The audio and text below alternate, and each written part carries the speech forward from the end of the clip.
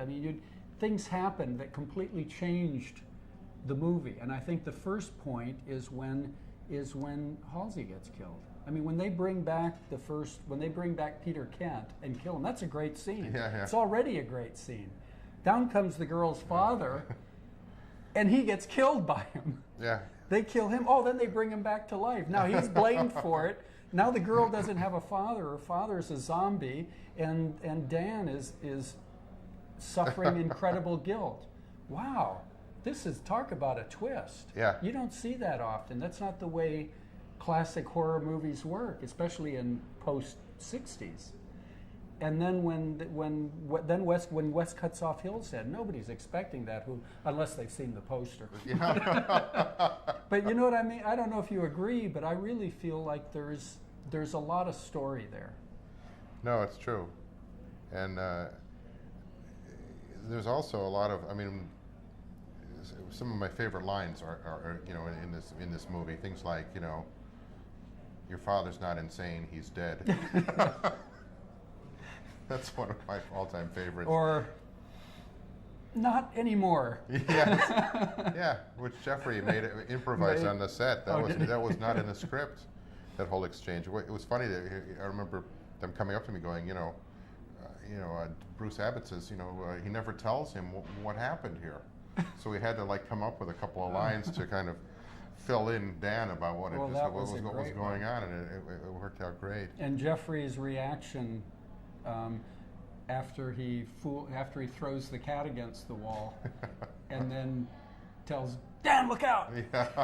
I think that really shows Herbert West's character. I think that was a great shot. Mac Alberg following those guys around as they looked for the cat, and the whole thing being done in one shot with wires tumbling over cans. I thought that was such a well-designed scene. Well, the thing about working on the movie that I remember, other than the fact that my shoes were constantly sticking to the floor, was the fact that there was this wonderful joy and energy, you know, that people really were getting into this movie. And I remember watching the first round of dailies with Jeffrey Combs and the two of us just laughing our asses off. With glee, we were just so happy that there really was a movie up there on that screen. Mm-hmm. And, you know, it's like, I mean, this movie changed both of our lives in a very big mm-hmm. way. I mean, it's like become my middle name and yours, you know? It's like, you know, and everything that we do is compared to this film. This is like the measuring stick, you know, for everything that we do from here on.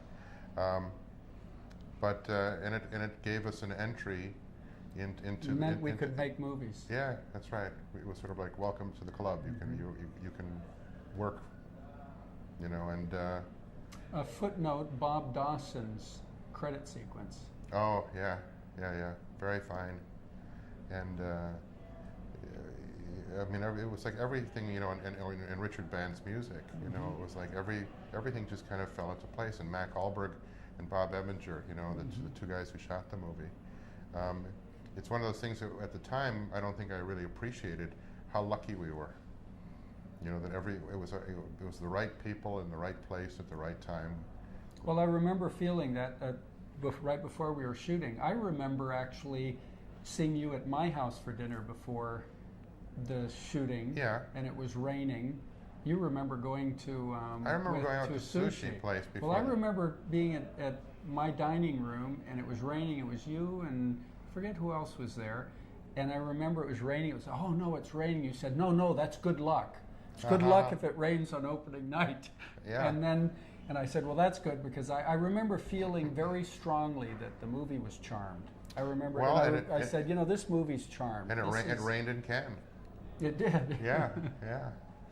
No, it was a good thing. Well, I have a theory about beginner's luck. I think it's because when you do something for the first time, there's nothing else. And I don't know if you can ever make a movie again where you're not thinking about the last one and the next one and the one that you're trying to get ready. And I think on the first movie, all you're thinking about is this movie, and it's sort of day by day. It's just the whole world. And I think that's, for some reason, makes everything work better. Well, I have to also say that it was the beginning of a very good friendship, and Agreed. and that we seem to bring out the worst in each other. Right.